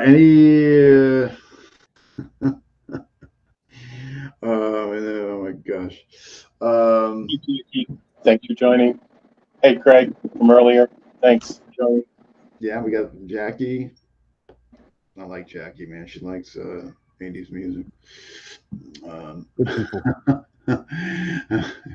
Not that that's, I guess, but all right. So, okay. Anybody want, before I go into the somewhere else, any comments? I do want to, actually, I want to back up. I'm sorry. Go ahead. They were just flowing in here. Here's something Mike said. This is kind of profound. Okay. In my opinion, he'd be both happy and sad. Happy because he'd see everything advancing the art and making it their own. Sad because he would see the childish fighting and bashing that some people do. Yeah. Okay. Some of these people I have never spoken to and all that, but some of the comments that they're mentioning I think is pretty incredible. All right. Oh, here we go. Here's again from one Chris. Should minor needs have a teacher or a unifying council? Should have. I'm sorry, not a teacher. Leader. Sorry. Should a minor needs have a leader or unifying council? This is actually a very good question. What do you guys think? Okay, I want all you guys to take a crack at this. Bruce, what do you think? Should minor needs have a leader or unifying council? God, Dean. And you can talk bad about me when we hang up, and it'll be okay. I'll accept it. I think it's a good question. I really do, and I'll get to why I think it's a good question. But as much as I don't like those things, I think a group of people steering in the right direction. They have to be steering. They could be developing. They could be trying to unify. They could be trying to set an example. I think their roles could be multifaceted. That's exactly what I'm saying, and I think, you know, with what Brian has done with the round table, and we're heading in the right direction. And I think for Grow, because we had that with Professor, he was our unifying catalyst, and so yeah, I think it is needed. I think it's needed, just based on everything we spoke on. There's some of the areas and all that. I don't think it can at this point. I don't know if I agree with that, Chris. I think anything's possible if you have a good working folks with that are willing to work together for the future agenda and put their bias aside. I'm not saying it's good. I'm not saying it's easy. I just think it can be done. Rich for president, from Renee. Ty is saying, hey guys, I'm just catching my comments, guys. Who wants to wait, man, they're coming in. I'm sorry. Got back up. Who wants to pay tribute? Nami, and are you minor niece or are you Kobaton? Scratch. Okay. Whoever has the most views on the farm should leave. Oh my gosh. So, to the leader council, everyone that's happened so far with their attempt, it's been, come join my organization and we will lead it with my leadership. I know. Versus a organic approach, which, you know something, Dan has a point here though.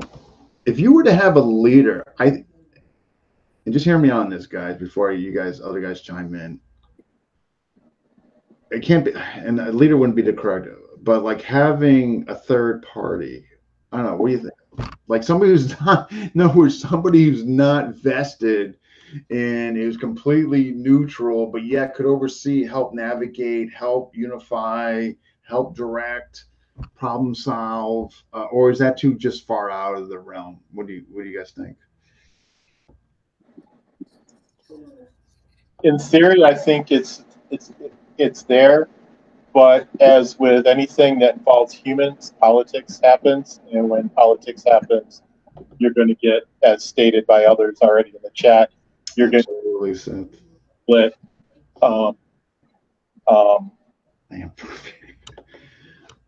Here's your guy, man, Renee. What do you think, Brian? Do you think, or is that just too far out, just too far of the ozone? Well, in part, I think it's already happening in that these instructors have been so easy to get together for these last two major events, and then a third time for this round table. We have, again, let's just say there's pick a number 12 or 15 of us. Many of us have been asked over the years, will there ever be another leader? And I think most of the answers that they get are, yeah, no, not really, or a grandmaster. But bringing people together and brainstorming, but still allowing them to continue to do what they're doing, I think that's the way forward in an attempt to unify and come together. The spiel that I give the instructors, and Bruce heard it 2 years, at two different events, meaning 21 and 23. We come together to celebrate the professor. We're trying to preserve his art. In order to do that, in the words of Bruce Jetnick, you need to preserve the spirit. And I added to that, I said, and also to continue to make the connection both on and off the mat, because Professor said, if you understand the connection in my art, then you understand my art. But he also wanted to connect with the people.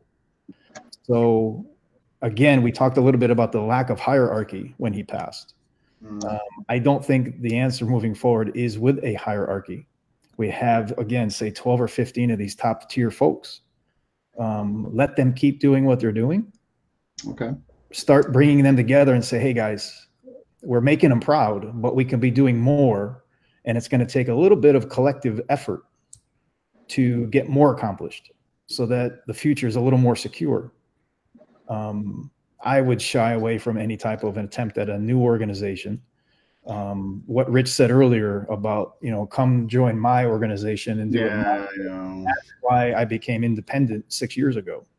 For that very reason, Rich nailed it. And I've gotten a lot more accomplished since then, only because I had the freedom to do so. So a leader or grandmaster, I don't see that in the future. No, I wouldn't. I was just lack of a better. Yeah, it's okay. But I do think they've done the instructors have done a wonderful job coming together. I didn't have to pull any teeth to get them to come into the legacy camp. I said, it's about the professor and his legacy. We're celebrating him. That's bigger than any one of us for the weekend. Peddle your wares, sell your videos, sell your T-shirts. Do whatever you got to do, because some folks make a living doing this. But we can still come together under a common banner. Still remain independent. Tell them about the question and answer session that was supposed to go on for 45 minutes that went on for 2 hours. Oh yeah, that was there's 10 or 11 of us. Yeah, that was actually a few too many people. But yeah, we had 10 or 12 of the OGs on a Saturday night after dinner, after everybody's on a full belly.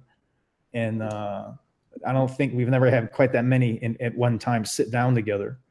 But that was a bit too many, because you almost have to hold people to like 30 seconds each. Yeah, like you got a minute. Yeah, 1 minute, or hey, you three answer this one. But it was all good. They got a real treat to listen to a whole bunch of different people over, many decades. But I think the instructors are doing a really good job since COVID coming together. And they're building each other up and support each other. But I think we do need to focus even more and maybe get a little more organized instead of just kind of not winging it, but more collective effort moving forward. Yeah, like a universal curriculum, which you guys were talking about. And I mean, like, are you getting the younger involved and letting them have to say, sure. Here's a question we've heard. Just the whole thing with the Datus. What does Arnis look like when the Datus retire or pass? I don't think that's going to have any effect, really, because you guys are just going to keep. I mean, it's not going to have any effect on you guys, right? No. I mean, Kelly Warren's kind of his own, doing his own. I mean, right? And Tim's doing his own thing. I mean, so, yeah. There's only Shashir. How many are left? 3? Technically 4. 4. Paul Garnell is officially retired. Each doing his own system. And Hoffman is deceased. Yep. I'm sorry. Who kind of doing his own thing? I'm sorry, Rich. Who was the first one? Rick or Bong Hernellis. He was like the 4th or 5th, depending on ask for the youth. Shashir, Kelly, and then it was either Hoffman or Rick, then yeah, and then Dieter, and then Mhm. then So Dieter's also a Datsu? Mhm. I thought it was a GM. Okay, my mistake. Okay. no. He also got the GM rank through some recognition through the Philippines as well, but Remy did give him the Datsu title as well. Prior to GM. Gotcha. Okay. Okay. All right. Okay, I'm caught up on the comments. And Bruce, anything you want to add? Subtract? No, I'm good. Nothing you want to subtract? Nothing from what Chris? I'm just kidding. So, Brian, anything you want to add? Oh. What the heck? Hold on. Excuse me. I don't know what you just did, but what are you doing? I don't know. Okay. I don't know. My son. I think he was trying to grapple the wall. Anyway, so Brian, I'm sorry. Anything you want to add? No, onward. Okay. Ghost, yeah. Okay, all right. So onward. We are. Wow, man, this is flying by. We're at hour and 36. Okay, art within your art. Okay, so for those who maybe don't know or maybe are not fully clear on it, let's hear it. Explanation. Anyone? Bruce, go ahead. What's the question? Art within your art. What does it What mean about- to you, and what's it mean? Like for folks who maybe have heard it but don't fully understand it, or what in its relation to modern Arnis. All right, so I would say to make a long story short, but that's not going to happen. So the art within your art was very, very important to me because when I read the article that Mike Rapogel wrote about him in Black Belt Magazine and used the term art within your art, I dropped out of college and went to go find him just because of that phrase. So, son, don't drop out of college. Because it meant that you don't have to start all over. You don't. I was young and dumb. I'd been training for 13 years. I thought I was great, and I didn't want to. I'm not going to be a white belt again. And then I read this article about this guy. Says, the art within your art. It's just different ways to do stuff you already know. It's going to complement everything you already know. I want you, if you have, and he said this many years later to me, he says, if you have 40 years of martial arts experience, I don't want you to throw it away just because you have the stick in your hand. You must still do it. And so, I mean, to me, art within your art is quintessential to what modern Arnis is. It is, in my opinion, no matter what art you do, the modern Arnis that he left us can make you. I'm not saying you're gonna. It's the end all be all, but it'll help you do things that you already know just a little bit better. Because he was amazing at being able to do that. He could spot from a 2,000 square foot room. He'd say, "Oh, in that corner, he is not getting it," and he's not. I don't know how but he could. He always knew what little thing you could do to make it better, and. Yeah, so art within your art was very important to me, and I think one of the things that it helped in his ability to go to all these different schools, because look, I'm not trying to take your students, I'm not trying to change anything, I'm just going to show you a couple different ways to do stuff you already know, and his ability to do it. What Brian said about the Belinta walk and then expanding it. His whole thing is if you can do it with your hand, you can do it with the stick. If you can do it with a stick, you can do it with a knife. If you can do it with a knife, you can do it with, a water bottle, whatever. It doesn't matter. And it's all, it really, he would say this to us all the time. It is in there. You must make the connection. Right. And it's so true. So yeah, art within your art, very important to me. That answer the question? Yeah, no. I mean, absolutely. Whatever you feel. I don't think there's a right or wrong. It's whatever it meant to you. And Rich? Um, so I think it was a good marketing article. I think it reached a lot of people. It addressed how the professor was approaching, as you stated earlier, going out, finding people, finding schools, putting someone in there to start teaching something, and then bringing them either to his events or hosting them. But the if they didn't commit, if they didn't commit to the art, then they wouldn't have gotten all of what everybody who had committed, or those few who had started only in Mother Arnis and learned everything from that system. Now, is there benefits to the mindset? Definitely.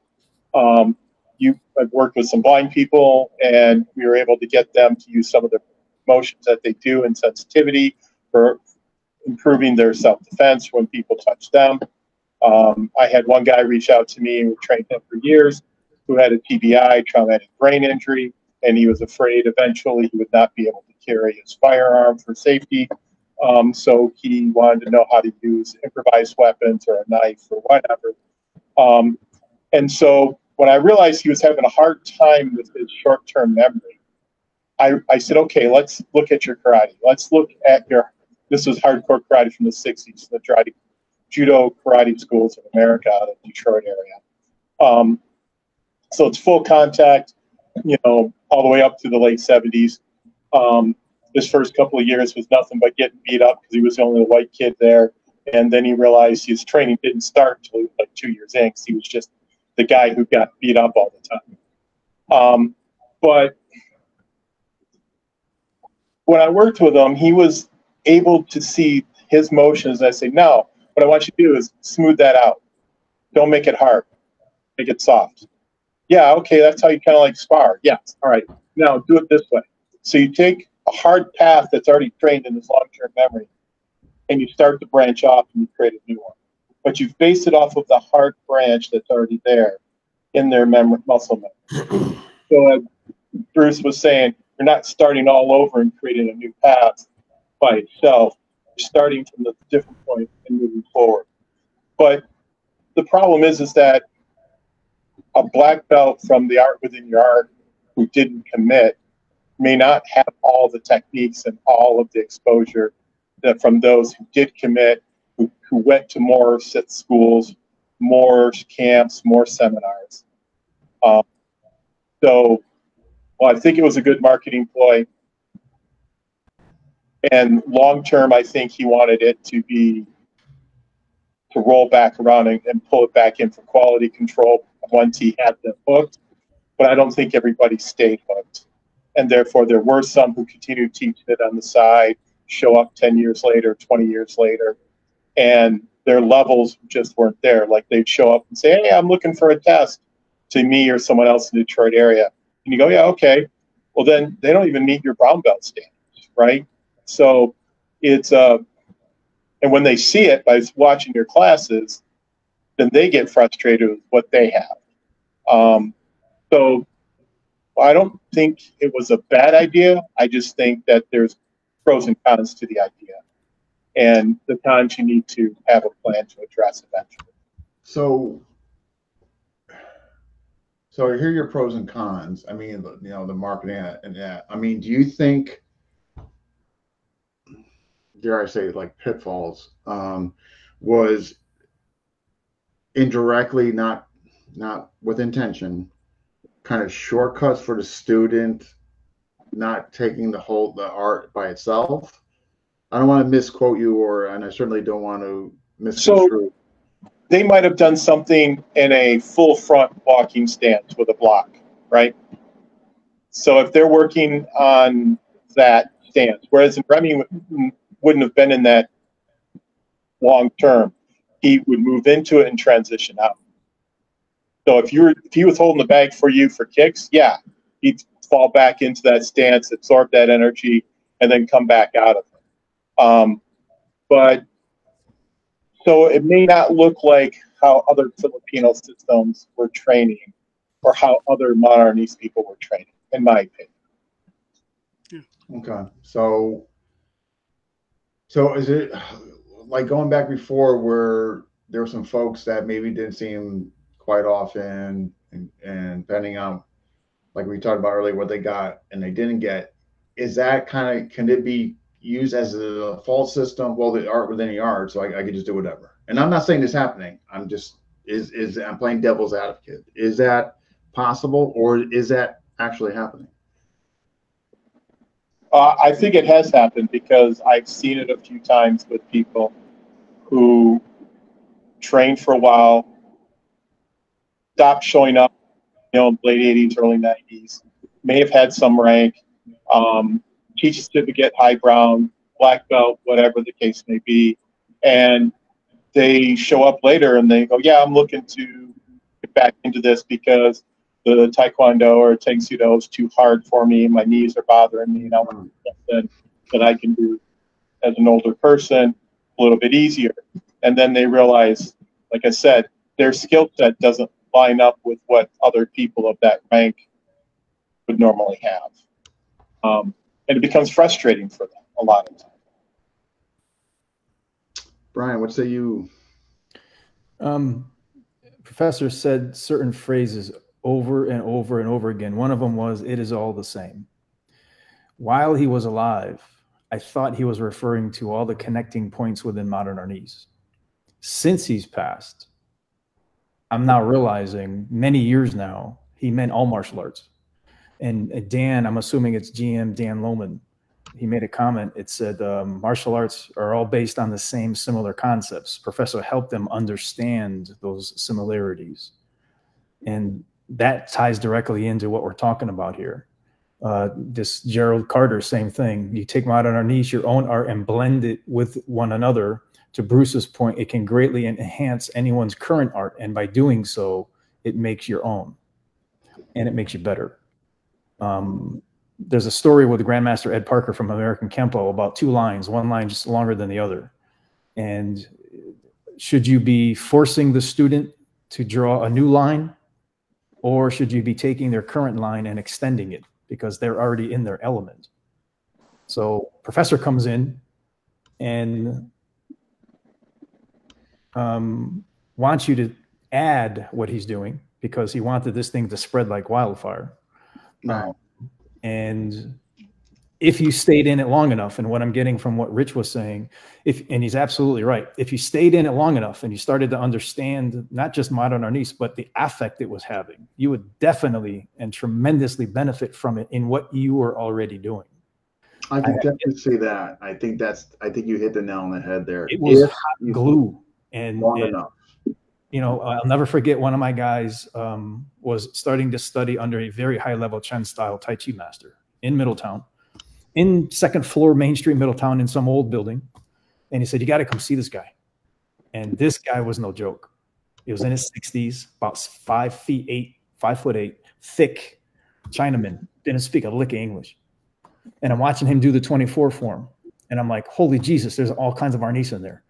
And my student was still sort of new at the time. He only had 3 or 5 years in. He goes, "What do you mean?" I said, "In due time, we'll have this conversation."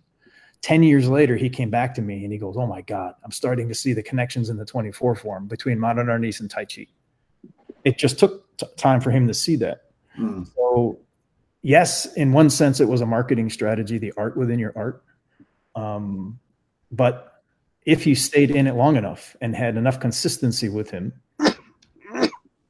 everything started to click and fire better and smoother. And one of the only ways to do that was to attend enough of seminars and or camps. And everything started clicking and sticking in your head because he taught in a very loose type format, but repeated exposure to him. And you started remembering stuff and it really started to make sense. And you were able to connect it back and start to see what was going on. Bruce got a chance. I asked him to sit in and watch one of my students in 2021. And I said, just watch him for 20 minutes. And we put the screws to him. And he had Kaji Kembo and Tang Soo Do, but he's been with me a couple of years. This is Andy. And unfortunately, I waited too late into the camp to do this, but they were exhausted. But the connections this kid was making, and he's about 40, he's not a kid, just firing on all 8 cylinders. And he goes, I never would have been able to do that if it wasn't for modern Arnis.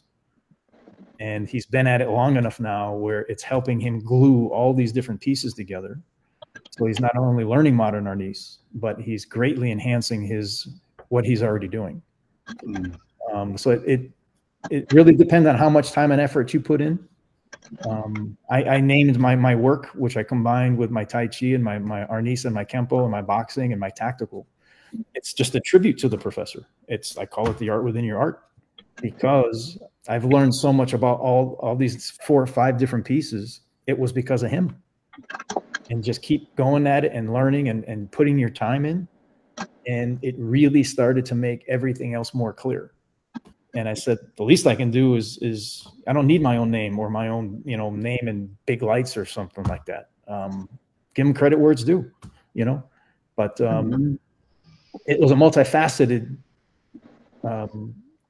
approach, so to speak, but it really did require a consistent exposure. But the weird thing, like I said, all those years, it's all the same. It's all the same. It wasn't just modern Arnis. Dan hit the nail on the head in those comments. He was able to connect across all martial arts. And like Bruce said, pick you out of a room of 100 people and say, yep, that guy's he don't get it.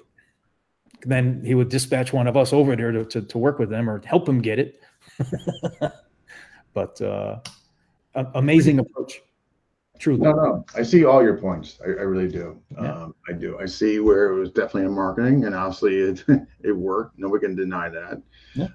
I can see the loopholes where somebody can claim something because they're going to use that they're going to use that phrase to basically act in a way, well, I'll leave it at that. You know what I mean? In there. But I can also see, man, if you're there long enough, man, now you're connecting these dots with the arts and that. So I definitely get what they are saying. But here's Jackie's got a question here. Do you think that is also a strength? That is, the art conforms in many ways to each of us. Yes. Jackie's question. Okay. Yes. And Dean, to piggyback on what Brian said about his guy, you don't know how many times I'll get a call 10 or 11 at night, and it'll be from a student who goes, I got it. I said, what do you got? I understand that. I see the connection. Yeah. Right? We've all had that. Rick, you're flying, Brian, right? They just go, oh, got it. You needed to tell me this at bedtime. Yeah, thanks a lot. Yeah, exactly. Yeah. Or 2 hours after bedtime, right? Yeah. You guys, maybe not Bruce, but Rich, you might remember Wayne Tangway. Him and Leanne own the school here in Newington. Maybe 16 years into Kempo and Arnis. He called me out of the blue. I got it. What the hell are you talking about? The arm bar. The whole push, pull, and redirect and pick a direction and roll with it. It was a compound concept. And it finally freaking clicked. I couldn't get him off the phone. He was happy as they came. And it just osmosis. He's driving down the road and all of a sudden, oh my God. Oh, nice. Yeah. Renee's being funny here. He's got to go, but he wanted to comment on Rich's and how neat he keeps his beard. And hasta luego, my modern colleague friends. Okay, Renee's just saying his exit, but he definitely wanted to compliment Rich on his beard. Rich has a good barber, Chris. Oh my God, you can't make this stuff up. All right, just catch up on comments, guys. Okay, Rich. Okay, Rich already commented on the beard. Okay, close up, please. Renee's in rare form tonight. Okay. No, back. I think you guys all made great points. I really do. Again, you guys, I've mentioned it before, just not to beat a dead horse on the ground. Obviously, I have no dog in this fight. I'm fascinated by the whole aspect of what he did for spreading the art within the art, the tapping, everything we talked about. I mean, and that. I guess my only thing I would say is, what Rich touched upon, some folks, taking advantage of that conceptually and that latitude to basically do what they want when they didn't get all the pieces or didn't put the time that you guys put in, where you are making the connections. But I see also what you guys mentioned that the analogies you guys were using, and some folks, the comments we're making in here, as far as once you can connect the dots, the benefits of it in there. So I see all your guys' points. I do. It's very obvious when you've been at it, and the three of us, it's been decades for us. It's very obvious. So you see somebody that actually has the connections. It's no mistaking it, and it only takes a couple of minutes. If they're performing it at even semi 50% effort or intensity, it takes very little time to see whether or not they actually understand the connections from the professor, Yeah. No.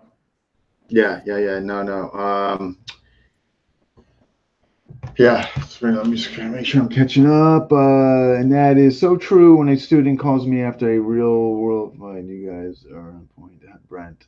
Okay. Awesome. Well, this has been awesome, man. Ton of people watching, ton of comments. Kind of speaks for itself. Closing statements, Rich.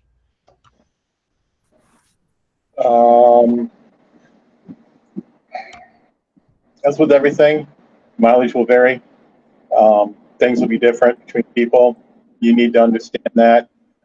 You could have a high-ranking, skilled instructor who's great at teaching other high-ranking, skilled instructors, and they're not good at teaching beginners. You could have a new instructor who understands the basics, and they reach out and catch those beginners right off. So you got to find a thing that works for you. This is part of the art concept there, but you also need to realize that you need to have a complete understanding, and that includes the "I don't know, let me go find out." Yeah, right. If you don't know, man, I mean, just right, honestly, to a student, hey, I don't know, but let me go ask somebody who does know, and I can get back to you, right? Bruce, final thoughts. I could never grow a beard like that in my life. That's a good final thought. I mean, but seriously, going on your whole the theme of everything about how do we get people involved and things like that. And I'm not blowing smoke up your ass, or up your gluteus maximus, but Dean, your show does a lot to do that. You create the interest. Look at the questions you're getting. You're helping people become interested in what this is doing it. So I can't appreciate that enough, and I appreciate you for what you do. And then also, final thought: if you really want to have fun, go to the Legacy Camp or go to Chad's Winter Camp. Those two things. That's my final thought. No. I appreciate the, and I have to throw something back at you. A big thank you to you, because you're the one that kind of suggested, Dean, you need to come out with your own system. So Uncle Bruce, I pulled the trigger last, it's probably been about a year now, but it was really due to you. And so big thank you to you. I'm glad I did it. So you were so inspiring in that. So I just wanted to let everybody know that. Thank you. Absolutely. GM Brian, final thoughts. We're slowly but surely, we came out of COVID very strong in Modern Arnis. A couple of major events, a lot of connectivity and dialogue amongst the seniors. That is continuing. A lot of it is behind the scenes, but we're realizing that we need to be more vocal and more public with this.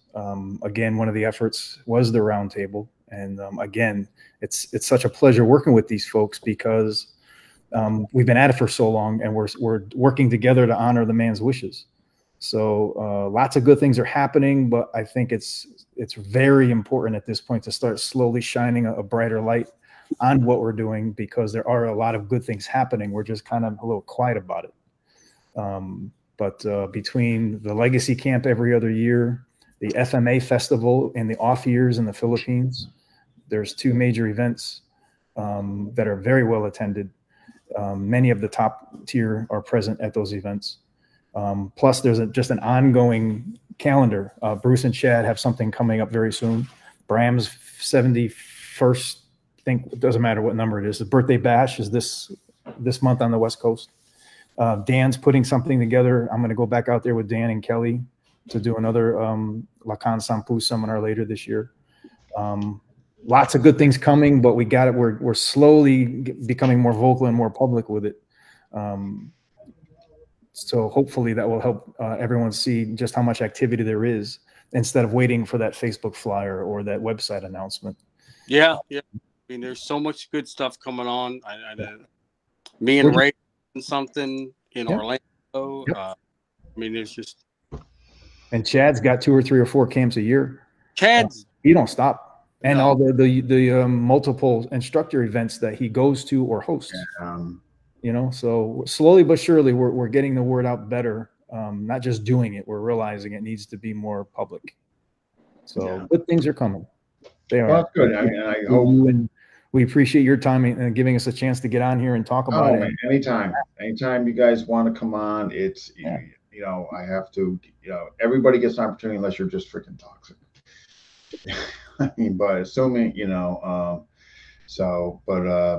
yeah, no, I'm happy you guys did it. I thought, again, by the comments, I thought it was a great conversation. I'm really looking forward to when you get those young folks on. I think you're going to be, I think that's going to go really, really well. If you get Noah, Jacob, Chris, Christian, I got it now. Remember now. I think if you get those 4 on there. Noah, yep. And then being inclusive and having this, I think, man, that can only just go up, like, you know. And so, but awesome. Yeah, I appreciate you guys coming on. Yeah. And if I don't talk to you guys, absolutely. Part 2, Chris Chiu, son of Bruce, is saying part 2, Remy's favorite foods. Oh, just would that make an episode? Hey, Dean, where are you going to be next if people want to see you? Where am I going to be next? Maryland. I just got back from Toronto, Maryland. And then we got something else that's escaping me in August. Then September, October, Florida. November, Massachusetts. And there's another one I'm missing. But I tell you, you know, this is really, I'm not that guy, man. I don't travel well. This is becoming difficult, to be honest. Like, it's been neat to meet people and finally see them. It really, really has. But I'm really going to limit to certain places, like where my reps are, and just keep it there. I don't do well traveling. I really don't. Like, going to Chad's camp is fun. I like that because I get to see you guys. It's just fun. I got a rep in Atlanta, so that's good. Toronto, I'll be back. I'm hoping, Renee. Massachusetts, once a year there. That's fine. That's close enough. But I think I'm going to be good with just that, to be honest with you. I'm turning 60 next year, man. It's like I don't care about, like, I'm very glad I took your advice, Jim Bruce, and did my own system. I really am, and I think I would regret it if I had not done that. But I don't know if I want to keep traveling though. Oh, what's the Orlando one of me? Who's the Orlando rep? It's you. Oh my God! What happened to freaking Rich and Bruce? What the freak, man? What did I say wrong? All right, Rich is back. All right. I'm like, what the heck? What's going on? Who's in Orlando? Sorry, guys. Chris, a couple of folks have talked. Yeah, I was wondering, like, what the hell did I say wrong? You guys both like fell left. Chris Chiu, it's going to be you. Just, I don't know. I don't know if Bruce phone died or internet. I don't know, but we're wrapping up anyhow. So, but yeah, I want to thank you guys. Awesome. I'm going to download this, the usual drill, post it, and yeah, absolutely. But great talk. And if I don't talk to you guys, have a great rest of your summer. You too. Thank you, man. Absolutely. Here he's back. All right, let's get him so we can say goodbye. Goodbye. What the hell? Well, you're back. You know, I thought it was me. Like, what the hell did I say wrong? Because you and Rich left. And I'm thinking, I'm like, looking at Brian. It just disappeared on me. I don't know what happened. Maybe I caught a cold from Bruce. I'm telling you, Bruce is saying, Bruce is literally saying out that virus. Man. No, it disconnects you from FMA discussion. But all right, guys. Hey, have a great rest of the summer, and we'll chat soon. Rich, Brian, much love to you guys. Dean, you too. All right. Same here. Thank you, guys. Same. Take care, guys. Same. Bye. You guys. Yeah. Peace. So, all right. Be good. I got you guys. All right. All right. Take care, Rich. Thanks. Awesome, guys. That wraps up. Who is next? This Wednesday, if you're so inclined, interested, Rich Mager, who's just started helping me out with interviews, is going to be interviewing me Wednesday night on the following topics: my future and FMA discussion, Western Piper methods, and blade tech. So yeah, if you're kind of bored on a Wednesday night, got nothing to do, 8 o'clock, by all means, you can join us. Yeah, same bat time, same bat channel, all there. So yeah, but all right, guys, thank you all that watched, jumped in, and ton of comments here. And August 10th, Dean will be, yes, that's the one I was referring to, PG tonight. Absolutely. All right, guys, we'll take care. Thank you for watching, and maybe I'll see some of you Wednesday night.